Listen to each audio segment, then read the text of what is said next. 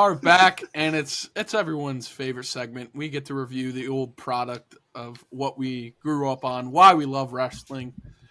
This one, What you grew up on. yeah. This one is we're throwing it back to 2005.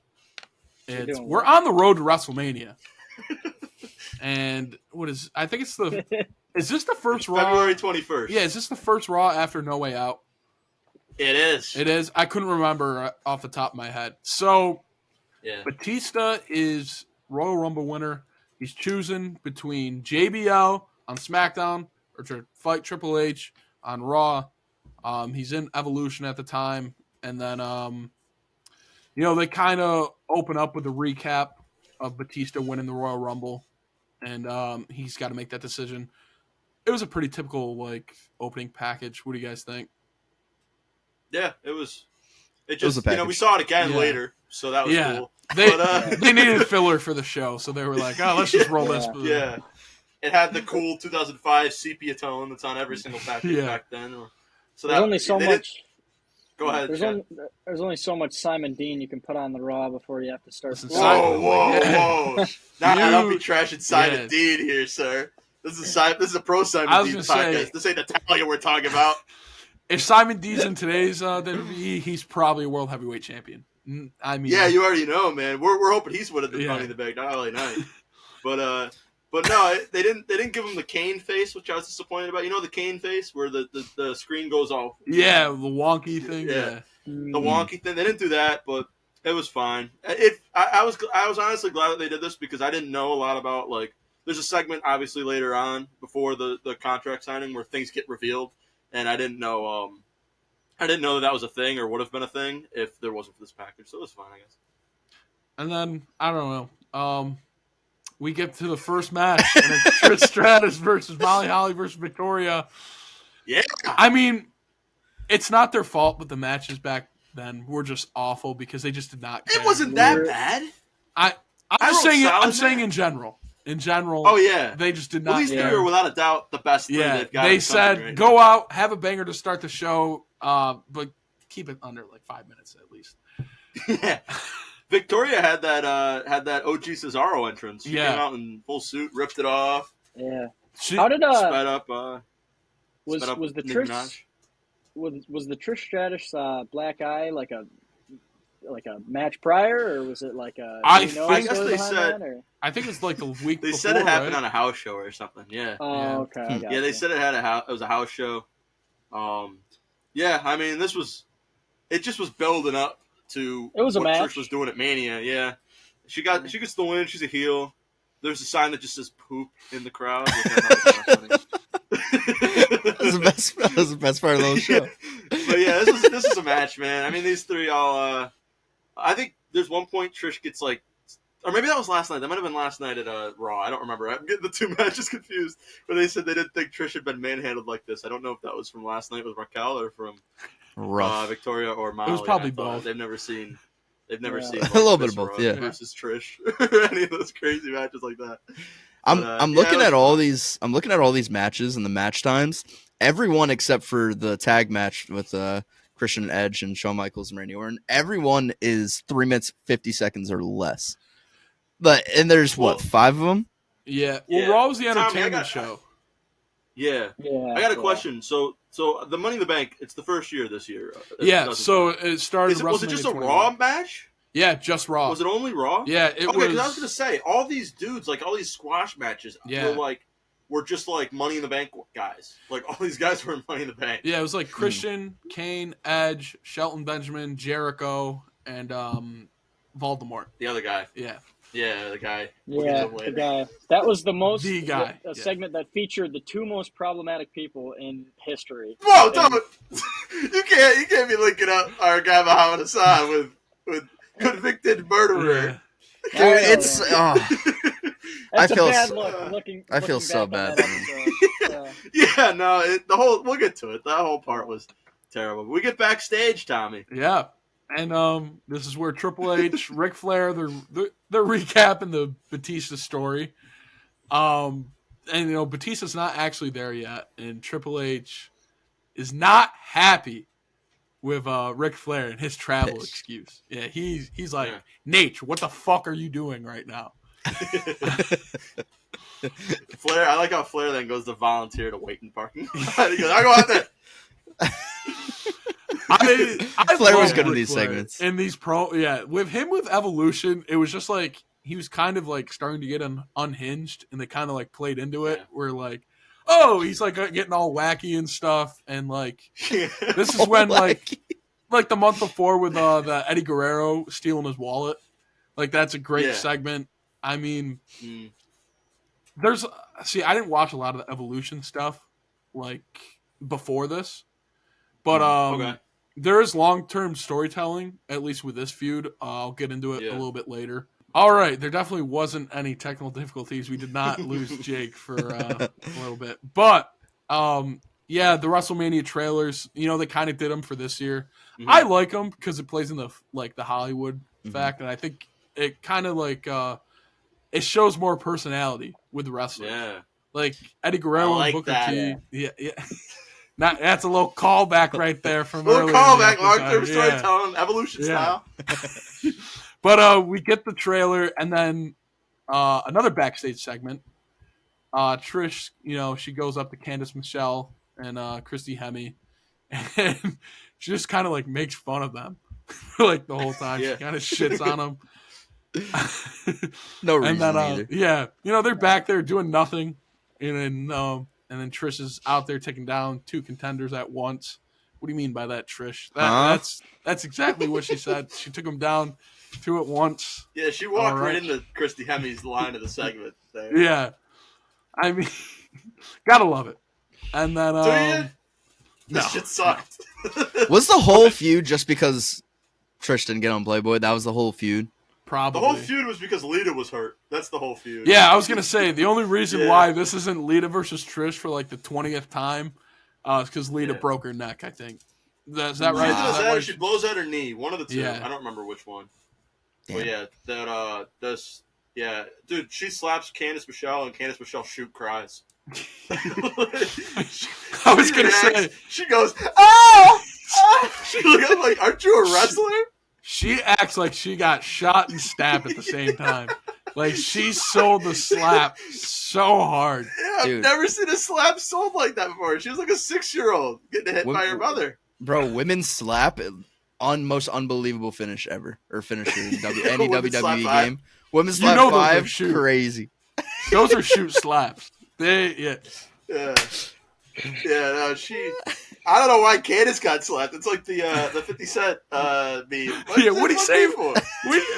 Fuck T.I., fuck Nelly, fuck. What did he say? Fuck me for? Yeah, it's like Christy Hemming's the one that called you a slut. Yeah. Why is Candice Michelle getting slapped? God.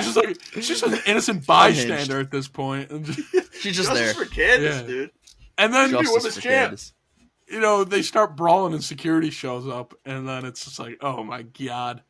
And I Yeah. mean, I don't know that like Luke said, the women's slap 5 go crazy. It really does. There was a What were we gonna ton say, of Chat? there was a ton of backstage like tussles and segments this episode. Yeah. This one. There were. There was And indeed. then we get another one.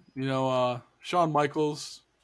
We talked about another backstage segment of his last week, but you guys didn't get to hear it. Oh, Oh, it's very Pump- similar. It's the same promo. Yeah, except Stacy Keibler's in there too. Yeah, what? What was this Yeah. about? So- It dawned on me that Orton's a face here. Yeah, this is when so at the time they tried to have him like be a face because he got turned on by Evolution, and then they're like, "All right, this isn't working. You're just gonna wrestle the Undertaker." Yeah. So I can't remember if it happens on this show. I don't think it does. it doesn't. No. Randy Orton ends up RKOing Stacy Keibler at one point Oh. Yeah. in the middle of the ring. So Yeah. I Yeah, I do remember totally that. forgot that like this was a storyline. Like that was. Is that what girlfriend. turns him heel again? Is that? I think so because he's feuding with Oh, the Undertaker, my. and he's like, I have to focus on the Undertaker, and then RKO's are in the middle of the ring. That's Side ridiculous. note, have you guys seen the trending video of Randy Orton? It's a compilation of him just attacking women like throughout his time in WWE, and it's like a Yes. 2-minute video. Oh, It my. goes, it's like a lot. He's been doing this for generations. He's a menace. Yeah. But I think Shawn Michaels says nobody believed in him before his ladder match with Razor Ramon. Yeah. I'm like, you fucking bitch. You are such a liar. I was gonna say Everybody in the world believed in Yeah. Shawn Michaels. I was gonna say he had that shitty mullet and everyone loved him backstage. If that was I bet. Marty Jannetty cutting that promo, yeah, I believe him. Yeah. But this is Shawn fucking Michaels cutting this promo. Come on with that bullshit. I love about this promo though is Randy's like, I don't want to talk to you, Stacy, and then she just leaves. she just leaves automatically. Okay, Randy. It's like, okay, bye. Yeah. And it just walks She gets out. out of there. Yeah. Yeah. And then now here comes Shetler's favorite segment of the night. Oh yeah. Oh boy. Yep. And then we get the man, the myth, the legend, probably the head of the table if he was wrestling today. He's damn Simon right. Dean. He's in the ring. He's mid promo too when they cut back to him. Yeah, we Mid can hear his promo. theme. Yeah. Yeah, it's Yeah. pissed. He's mid promo telling the crowd how fat they are. Yeah, he shoots on Joe Paterno. Was this around the time that he was getting convicted, Paterno? Or like getting in trouble? He's 95. Or no, that might have just been a line from Okay. Simon Yeah. D. Yeah. I was like, is he 95? No, he's not. No, that's just a line calling him old. I don't know. I really don't know much about Joe Paterno. I forgot they were at Penn State, and I really didn't know who that man was until they said the legendary Penn State coach. Joe Paterno. He's not a good Yeah. man. He is No? no. Well, he's fat. He's a fat. Freshman 50. Yeah, freshman 50 was a great line. Random woman in the front row catching bodies. Crazy stuff. see, the thing I love with Simon Dean is he comes down on the scooter, and Yeah, we like can see that. yeah, and then he does it in one of the Royal Rumble matches. I want to say 2006, Yeah. but he also comes out with like a gym bag in that one. I don't know if you guys ever seen the clip, and he's like doing workouts like right outside the ring. Yeah, it's He awesome. puts a headband on and he like stretches it out and then like closes it around his head. Yeah. I mean, he's great. No, he was great. I love Yeah. Simon Dean. He was awesome. And then we'll probably watch the segment of him eating hamburgers because that one's one's Please. awful. And then Chris Jericho comes out, Yeah. Jake's favorite wrestler. Yeah, he ruined it. He ruined Yeah. this segment. What is this And- New York era Chris Jericho that I've never heard of before in my life? He gets announced from Manhasset, New York, and he comes out in the Rangers jersey. They're in Pennsylvania. I didn't hear that he got announced from Manhattan. I saw Yeah, the Rangers. the ring announcer goes, "Born in Manhasset, New York. Here's Chris Jericho." Huh. And it's like that feels like something they'd do if they were in Manhasset, New York. Yeah, And they go, "Well, look, here's our hometown boy." Yeah. It's like, no. So what did he just say? I hate Canada, but he was at out the this door. point, like- He was on tour with Fozzy probably at this point. yeah, somebody had a sign in the crowd. Yeah. I bet they enjoyed when Jericho gave that to him before the show started. And fought with That the band $5 that sucks. came with it. Yeah, that band fucking sucks. I was gonna say he's out the door in like 4 months after this too. Yeah. I mean, this is basically like a squash match. Yeah. We get 3 of these matches in a row. Yeah. I mean, Like, it's great elongated promo. squash matches. Great promo by Simon Dean, and then just Yeah, he terrible. was the star here. He should be. Yeah. He should have been La Champion. Justice for Simon Dean, but Do you think Jericho could still do a lion salt right now? no. Yeah, he does them every once in a while. Didn't he Yeah. almost land on his head like one of the times? Yeah, he did it one week, and then everybody was like, "He needs to stop doing it." And then he did a pretty good one the next week. So I think it's just kind of give or take. Yeah. He doesn't do them that much anymore. I mean, he goes through like I don't know, I'm not gonna sit here and speculate about his body by any means because that's not cool. Mm. But he does go through like times where he'll be a little bit heavier versus then he'll be a little Yeah. skinnier and all that stuff. Well, he said he's in the best shape of his life. I remember him saying that a little while ago, and I was like, yeah, "Are you? what? Yeah, what life?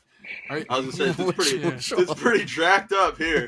You're in the best shape. Best shape of what? A football? A basketball? Like what shape are we talking right now?" Squishmallow. But we'll get into the next segment.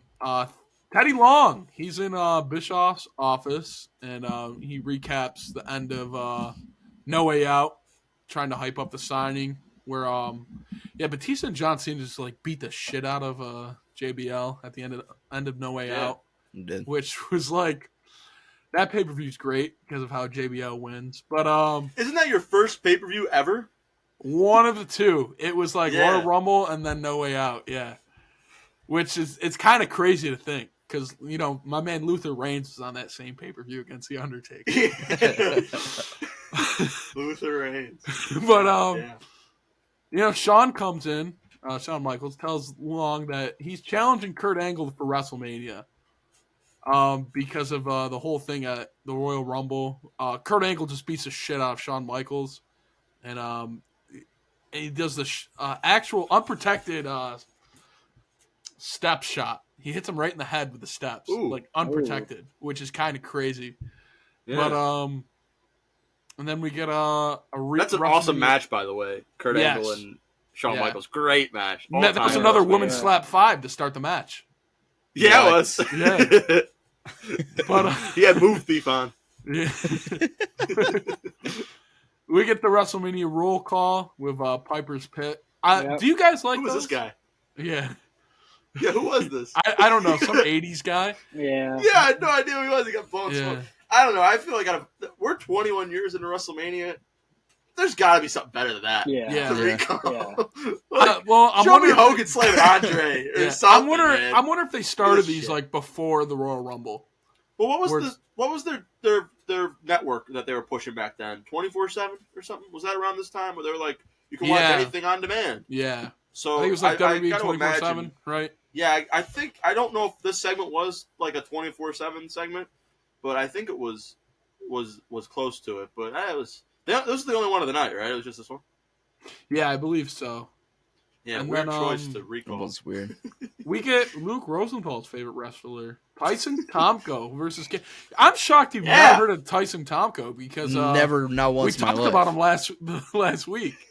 Yeah, did we? The podcast that'll never be shown ever. When? He teamed up with Lance Cade or something, didn't he? Yeah. I don't know who that is either. Yeah, you do. The Southern Charm, Lance Cade. Yeah, with Trevor Murdoch. Listen, you guys are just saying. Problem solver, man. This is the problem solver. Tyson Tomko rode Christian's coattails all the way to TNA. Yeah, I know who. Yeah, you might know him as Travis Tomko because that was what he was at TNA. So you might know him as that. No, but literally, no he was just Christian's bodyguard for like 8 years. I mean, that's literally his whole gimmick was. And then it's him versus Kane. But Tomko, he gets promo time, and he's tired of hearing about Batista. I don't think anyone cared at this point. He's the problem solver. Yeah. I love how he's but Kane is his new problem. Kane looks so like, okay. Like, he gives him this look. Like, he shrugs him off and then slaps him in the face. I was like, God damn. I've never seen like facial expressions from Kane before, really, until this match where he was just confused why the fuck this guy was coming out here. He's like, who's this dude? And he sent a text to the group chat saying, "Who the fuck is Tyson Tomko?" We were on the same. We had the same exact reaction. He sent it to the Undertaker, Godfather, Yokozuna, Tonga Kid. All of you guys got it. Hey, girl. This is when he asked for him to be without a mask. This is why he wanted to cut promos like this. He was like, I want to cut a promo and listen to Tyson Tomko just say how he's gonna. I'm his new problem. This era of Kane's dog shit too. By the way, I was gonna say this out. happens to him on a weekly basis. I feel like they let him cut promos and then what is it? June 18th? What's the day? May 19th. May 19th. Which I think this is when it's started up. I think it was the year after because he was teaming with the Big Show. Yeah. So this is around the era. Takes out the Big Show's eye. Yeah. Seth Rollins stuff. But yeah, this era of Kane's horrible. So once after Snitsky punted that baby, Kane sucked for 10 years. Have you ever seen? Still does. No, Kane still sucks. Fuck that guy. I mean, I think he had one good year in the early 2010s, and that was about it. Yeah, when he came back and when he came back and fought John Cena and pushed Zack Ryder off a stage. Embrace the. I was thinking of it with Taker when he won the championship. Oh yeah. And he got Paul Bear got thrown in a meat locker. Yeah, by Edge. Yeah. Yeah. What an era. But God damn, Kane just, he. Wait, this is a match. So I'm sorry. Didn't Randy Orton also do that too? Put Paul Probably. Bearer in a freezer or something? Kane did it. Kane threw. No, Kane I think put this him was back in the freezer. Remember that? I think Orton Yeah. drags him in the freezer. Kane brings him out and goes, Yeah. fuck it. Puts him back in the freezer. And Paul Bearer, that's the last we see of Paul Bearer ever. Like, it's done. when He's was still it? in there in canon. They've I don't killed know, when he off was Paul feuding with- Bearer like so many times Well, because he's buried in concrete. Yeah. man. This I was is- gonna say in 2004 he's buried in concrete. That's I Tommy, still how don't did know how they they do did that? that. Yeah, how I did don't they know do how that? It was oatmeal. They put Still. they put grade food coloring in and just they made it with oatmeal. I remember Undertaker doing an interview on that, which is But how crazy. did they get him out? Because that's still oatmeal. You I can't think breathe still. I think they just rolled the thing out and then just like opened the door and then like all the oatmeal fell out. So if you Right. were in section 108, you saw Yeah. as the clue Yeah. Paul Bearer covered in oatmeal running away. That's They awesome. turned the lights out of just that, and then it was just that's it. That makes sense. Okay. But yeah, this is a match. Oh, before we move on from Kane, punting the baby. Someone put the Monday Night Football theme behind him punting the baby. Amazing video. It was really great. But this is a match, and then we get another backstage promo. Flair goes up to Batista's limo, but it's not Batista. It's the debut of Chris Masters, Hoorah! the Should name Chris. 22-year-old. I mean, This segment. This Yeah, was, I- he was dead on arrival Oh, here. apologies. I was Ric gonna Flair, say- without saying a word, Rough. buried this dude I was immediately. I was gonna say he could not get a push from the start because, like, if you think about it, I'm kind of shocked. At one point, he was never like an Intercontinental Champion, at least like once Yeah. or something, because he had the body. He's kind of like Mr. Wonderful back from like the 1980s. So it kind of shocked me, Yeah. but I didn't know that this was his debut. Like I don't know. before Yeah, watching this show, it's which the I think is unveiling. crazy. Yeah, Yeah. and then it's all downhill from here. And then Yeah, he real shows dumb. up. He gets out of the limo, shakes Ric Flair's hand, and Ric Flair thinks it's Batista in the limo. So he shakes the hand of Flair, and he goes, "Yeah, that's Yeah. great." Batista, Dave, you in there? Yeah.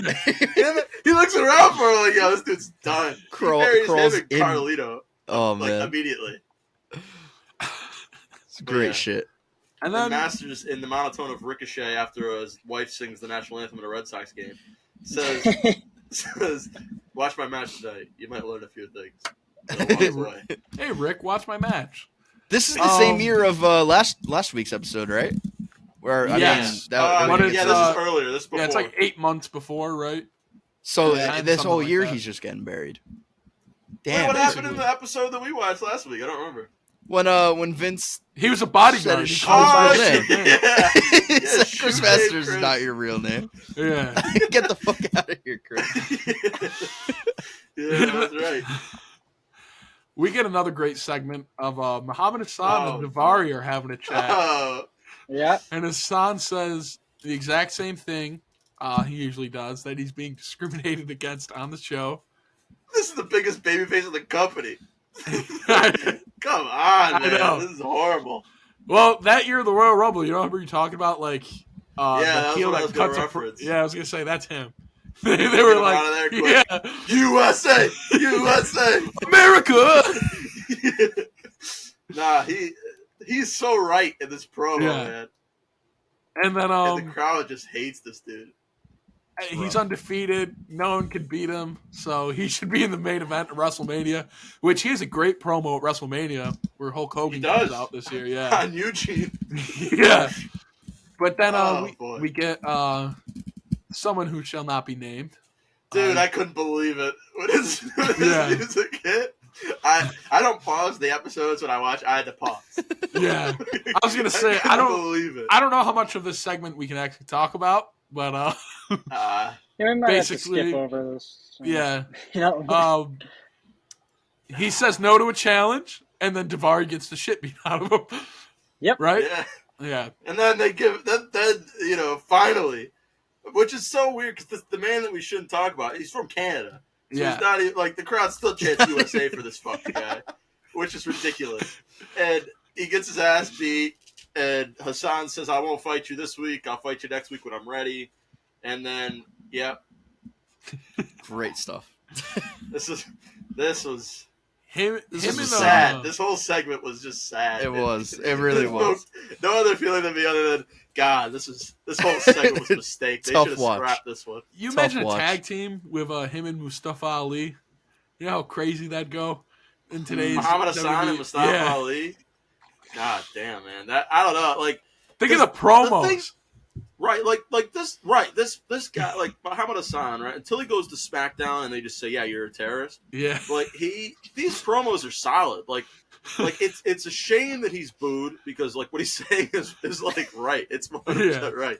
That he's going out there saying he just wants to be treated normally. Like he even says at one point, "I was born in the USA. Like I was born here. Like I'm one of you guys," and they still booed him, and just because he looked different. And then at one point, fucking Jim Ross, of all people, chimes in because Hassan says that nobody can question his undefeated streak. And Jarrett goes, "Well, he's right about that." And I'm like, "Yeah, he's right about everything, Jim. Like, everything he's saying is right." they were. He's like me. I'm going to compare myself to Muhammad Hassan when I'm trying to say Tommaso Ciampa and The Miz were a tag team. He's like me. Everybody's booing me. Don't boo me. I'm right. Stop victimizing yourself, Jake. That's Muhammad Hassan. You're not the victim. Yeah, he just comes out. He wants to be treated equally, man. And Jerry the King Lawler's got to be like, "No, puppies." Like, no, like how did this guy get booed, man? He should have been. Oh, this is just and then of course this fucking guy comes out. Like, this is the first. No, this isn't the first time we've run into him on our episodes. I think we've run into him every single time we've done an episode. Yeah. But yeah, that was a segment. Moving on. Next one we got. We got Edge and Christian versus Randy Orton and Shawn Michaels. No Tyson Tomko with Christian here, the problem solver. Christian Orton, they start off, and then it was a match. I skipped a lot of this. So did I was going to say. This was long. But, dude, I'm going to make a statement. I think this is probably, out of a match that I've ever seen, probably the 4 best theme songs ever to be in the ring together with each other. Yeah. This is awesome, man. It was like Orton comes out, he's total cheese face, baby face here. He's pandering to he does like a hard one of these. Like I've never seen him do it so aggressively. He like throws his hands way up in the air. We got the girl Christian theme, which is the superior theme. Oh, really? I was about to say. This is without a doubt the guy one sucks, man. I think they're both pretty good. Solid. Yeah. That's what kicks that one's ass, dude. Does it? This one's way better. The girl theme rules. See, that's not his best theme song though.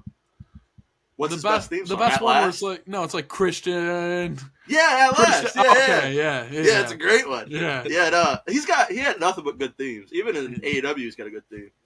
But Edge having Metalingus here, his on this day I see clearly song. Yeah. A little weird. It's like this is just like a weird, almost like cursed matchup because you got Edge and Christian teaming together, both not teaming together. Like they are so far removed from each other at this point. And Orton is the biggest babyface in the world. He's Raquel Gonzalez on his way to the ring, and it's just bizarre. And then they do it. They try to like. Tommy, you might know the answer to this, but they do a concerto spot at the end of the match. And instead of doing the concerto that I think me, Luke, and Shetler and the world is familiar with, which is putting the head down on the chair and then going up and down with it, they just try to both hit it at the same time. Is that how they used to do it? Yeah, they used to do it both ways back then. That's so crazy. I want to say they put a stop to that pretty quick. I'd hope so. Yeah. That's why the last dude in the bat. I'm not gonna say. I'm gonna make that comment. I mean, you're not wrong. I would say you were not wrong. That was gonna get edited out. Probably that was a little much. Someone else in this episode took a huge chair shot right to the skull. Right to the skull. He got murdered, man. It was so uncalled for. But yeah, this is a match. Yeah. It's a typical tag team match. And then, we get Bischoff and Teddy Long. They're still waiting on Batista to arrive. And then we go to the back, and Edge jumps Shawn. Yeah. And Edge just goes, "Am I breaking your heart?" And then he kisses him aggressively on the ground. Like he's on the ground laying there. And Edge is here yelling stuff in his face. It looks like he's just kissing him on the cheek repeatedly. Like he's trying to give him a hickey. Like it's Edge's so intentions were couldn't understand him. Yeah. Yeah. Where'd Orton go? Orton was with him at the start Hey, of the Stacy tournament. Keebler. He had to catch Yeah, up. he left with Stacey to the Orton hotel. just Come on tore now. ass down the hallway when he saw a confrontation. He was Yeah, like, I'm out of here. he was scared. He All treated right. that shit like the military. He got And out of then we it. Yeah, I'm glad you picked up on that joke. Oh, he went boy. he went AWOL for the second time in his life. Yeah. All right, I'm gonna fly through these next two. We got Chris Masters versus Steven Richards. Stevie Knight Heat. Yes, and then That this is the debut. Yeah, I was gonna say this is the debut of Chris Masters. He kind of squashed him. Kind of. Yeah. Video of Batista is next. Rise to the top, and he needs to make that decision for WrestleMania. And then we get an Intercontinental title: Gene Snitsky versus Shelton Benjamin. This is a rematch. This is from last technically week. the main event. The main event match. Yes. This It is the is. main event match. Snitsky hit Shelton with a chair. This is the chair shot you guys were talking about, right? Yeah. Yeah. Yeah. I mean, unprotected chair shots were just Sheldon hit Snitsky with the chair in this match. They were being dealt like servant Yeah. papers back in this era. Yeah, dude. JR makes a comment that Snitsky stands 6'6" or maybe 6'8", but not 6'7" though. None of that shit. Yeah, I was gonna It's either say, 6'6" it's always an or even 6'8". It's always an even number, yeah. No odd numbers in this That's shit. 6'7", man. Yeah. Absolutely not. 6'7" is just too weird, man. Too weird. Yeah. But Well, I mean, this is Yeah, a it was match, a match. too. Yeah, I was gonna say anything else you guys want to add? Because I wasn't really paying attention to this match, to be honest. I heard the chair shot and I thought it was something else, and then Jerry the King Lawler says, "Oh my god, I thought that was a gunshot," something like that. And I was like, "Holy shit!" I Yeah. kind of did too. Shit was Yeah. loud, real loud, I'm right off his shocked. skull. I'm shocked someone else didn't take that chair shot on the show. I mean, it'd make a lot more sense. Snitsky's dead. there could be there's like 9 guys on the show that could have taken that chair shot, dude. Oh, come on. We I all, know, I know, yeah, I know, we I know. all know who. It's the It's typical Tyson guy. Tomko. Yeah, it's Tyson Tomko. He got a shoot chair shot from Vince in the back. He's like, get out of our company, dude. And 90 nailed him in the head days, with the Tyson. 90 days. chair. Calm down. Yeah. See Another, Val Venus, you're teaming with him. another WrestleMania trailer. And then we come God. back. Flair. Fucking Mae Young and Moolah, Yeah. dude. I every time Just we talked disgusting. earlier about the dread when Talked last week. when Logan Paul shows up on the Yeah. screen. Mine is for Mae Young and Fabulous Moolah because that shit is not funny ever. No, stop. Last week's no, was no, fun. no. They came out. And I Dude, just last was week's like, got me. Made me God, laugh this out was loud. just this whole segment was cursed. So you got Stacy Keebler and all the Canadians on the show in this match or in this ad, and then fucking Mae Young and Fabulous Moolah, and the guy who interrupted Mr. Muhammad Hassan earlier is throwing up in a bucket because that is the Yeah, nastiest thing yeah. he's ever seen in his life. That, not anything else. Ooh. The Moolah and Mae Young. That's probably the worst thing that Yeah. guy does. Ooh. We're almost at the final segment, but Ric Flair, he still can't get a hold of Batista, and Triple H is not happy. He rants about the whole thing. He admits the whole surprise footage from SmackDown was his idea, along with trying to run Batista over with the limo to make it look like it was JBL's limo. And then Ric Flair is stunned. No, he's so happy. Yeah. He goes, "Wow, you're a genius! Woo!" Yeah. And he starts doing this He stuff. started- Yeah, but he's like, he's stunned that he came up with this, and he's like, yeah, yeah, you great. can't believe it. Triple H says he's just trying to, protect Dave. He wanted to make the right decision. And Batista, he's not always bright. And He then, calls him an idiot. yeah, and then, Flair thinks Triple H is a genius, and then Triple H wants the big idiot to get here, and then you see Batista waiting at the door, listening to him, and then we get the promo of next Yeah. week, someone versus Muhammad Hassan and Edge versus Shawn in a Yeah. street fight. We're and then watching we- that next week, guys. Yeah, that's the next one. But now, it's finally after several shitty promos and matches, it's time for a contract signing. Bischoff and Long are there for the big moment. And then Bischoff recaps things, and Evolution's out there with a decision. JR not being sure what's going to happen. JR's still confused. He doesn't know what's going to be the decision out of Batista. Bischoff gives Batista the typical sales pitch, and then unlike Teddy Long, his job's not in jeopardy. Just wait about 10 months, buddy. You're going to be in the back of a dumpster. Better learn Chinese, buddy. Yeah. Ni hao. And then, Batista signs that contract. He's going to reach his dreams. He's going to, hold up that title. He's going to main event WrestleMania. And then Teddy Long says there's a choice because Batista, he got goosebumps at No Way Out. He felt that electricity. Batista can be on the same stage as John Cena, start their own rivalry, because they botched the goddamn ending of the Royal Rumble. So that's going to start this rivalry. And then Long just lists off the roster of SmackDown, and then just you can go one-on-one with the Undertaker, and then he did the line, he did the thing. But it was weird though. I feel like if obviously circumstances happen, but it would have been I feel like WWE was probably damn, Eric Bischoff is got to be the babyface in this segment, whereas Long's got to be the heel. If it was switched, if Long was stay on Raw, I think it probably would have elevated the segment so much more. It's babyface, he's doing the right thing, he's staying with Raw. But because it was Bischoff, it was weird to hear Bischoff be stay here, do the right thing, wrestle your friend that is been the top of the brand for the one that I handed that belt to 2 years ago. Wrestle him. And Long was well, you got Eddie Guerrero. You can wrestle him. Eddie Guerrero, Triple H. Lazy boy. Lazy Susan. Lazy boy. But one thing I will say, we talked about long-term storytelling. This started back at New Year's Revolution. Because in the Elimination Chamber, Batista and Triple H are both in it. And Triple H is just protect me, you big idiot. Shut up. Do what I say. Protect me, make sure I win, and then he wins. But I think he's holding up Triple H, but he's looking at the title, and that's all you see, and I think that's how it ends. And then Triple H is no, I don't think so, pal. But and then we get this is where he starts choosing his contracts, right? He starts looking at them. Yeah. Well, Triple H cuts a promo first and says how it shouldn't be a tough decision. What's best for him is best for everybody. And he says, but think about those horsemen. Think about them. He goes, think about if Arn Anderson was a champion, but he wasn't because he sucked.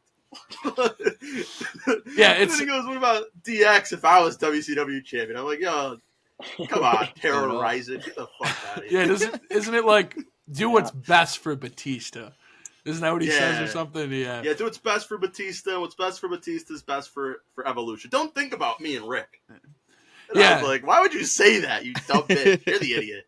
He's WrestleMania can end with both of us holding up these belts, brother. Yeah, because the year before it was so good when they did that, when they had two guys holding up the belts. The year before it was awesome. So at the time, I get it. Yeah, I was gonna say that. Yeah, at the time it was great. About 5 years after, they got rid of that footage for about a decade. Ever. Yeah. And like you said, he cuts the promo on Arn Anderson, and then Batista says he knows what he's doing, and he knew what he was gonna do for a long time, and he throws that Raw contract down, and Evolution is so excited. He gives Triple H and Flair the thumbs up. And whose reaction do you think is better with a thumbs up? Ric Flair or Triple H?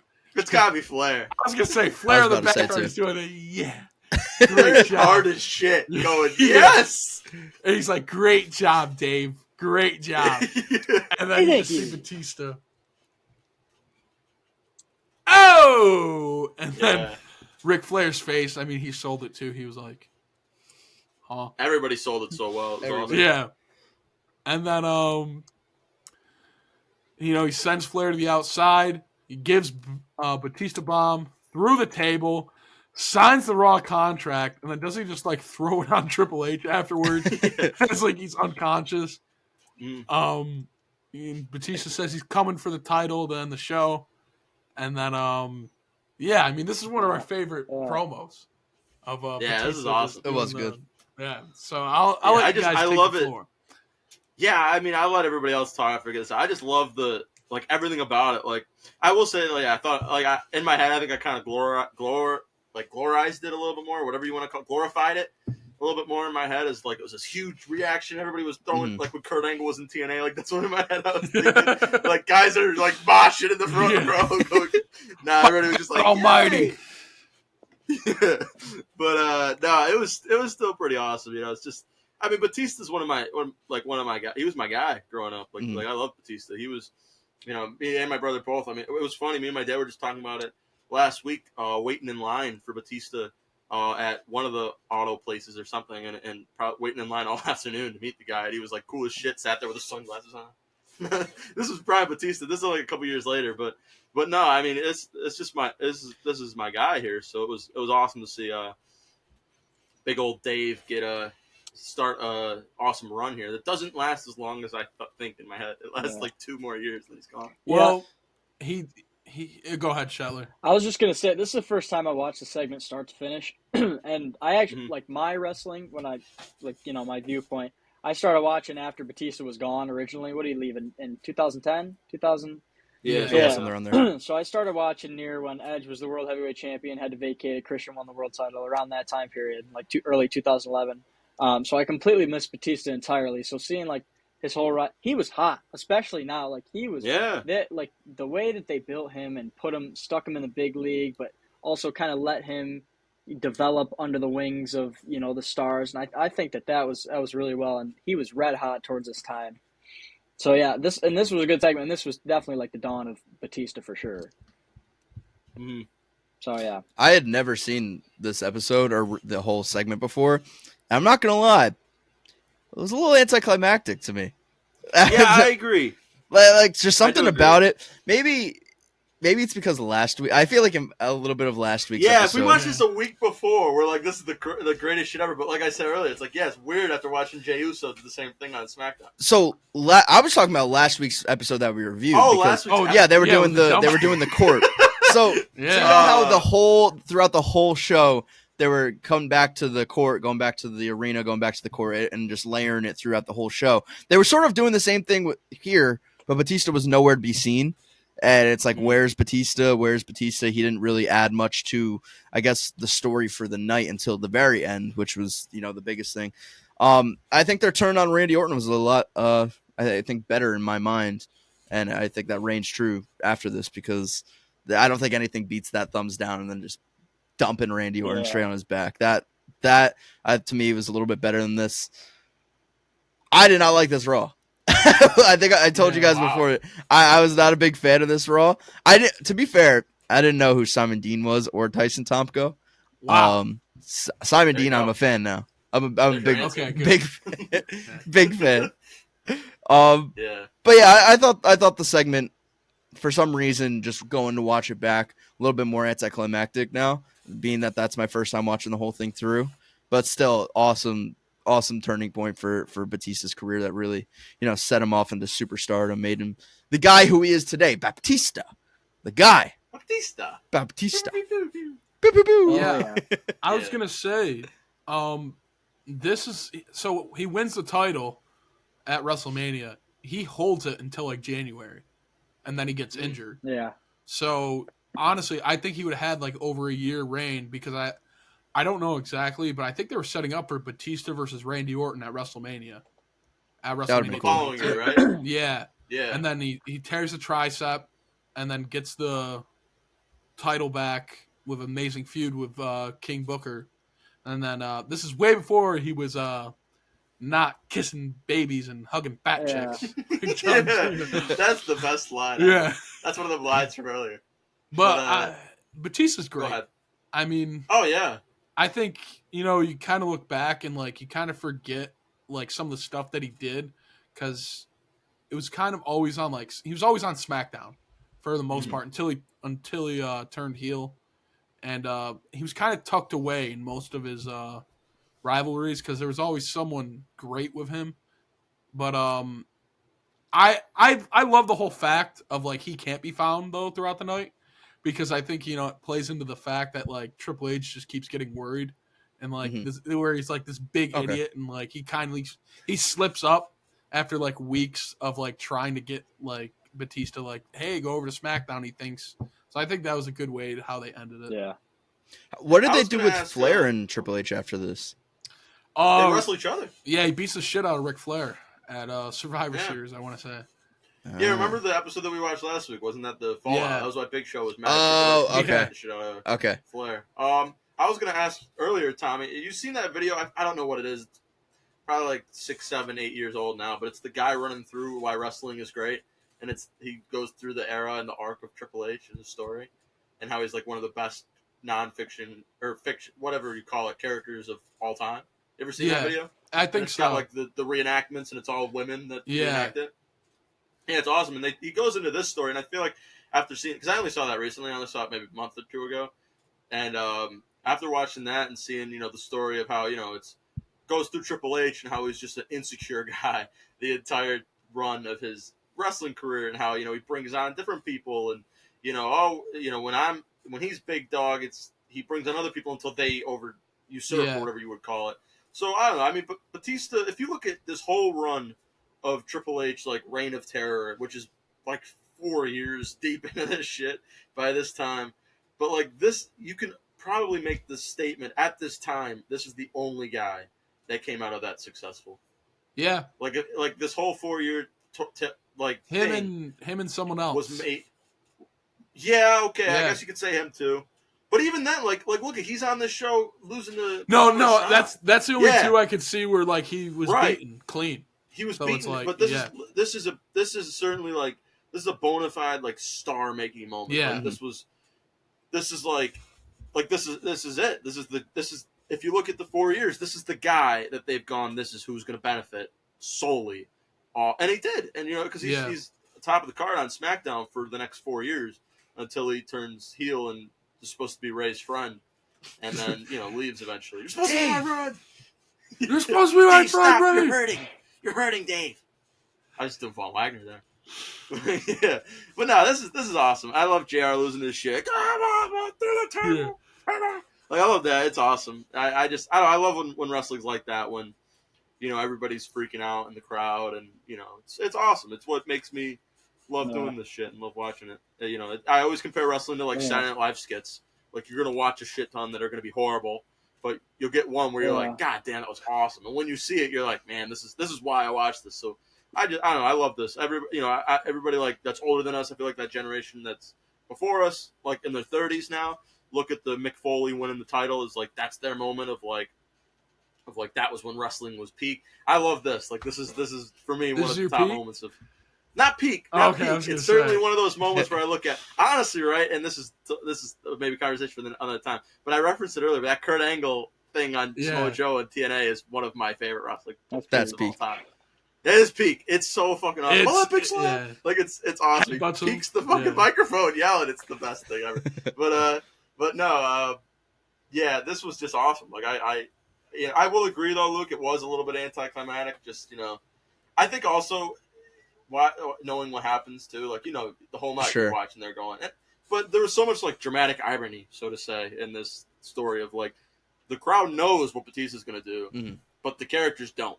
So like Triple H and Flair are going, this is easy, it's in the bag. It's cool to see that play out for sure. Yeah, so I don't know. I mean, this is just all time stuff for me. all timer stuff. So I think that's gonna wrap it up, right, fellas?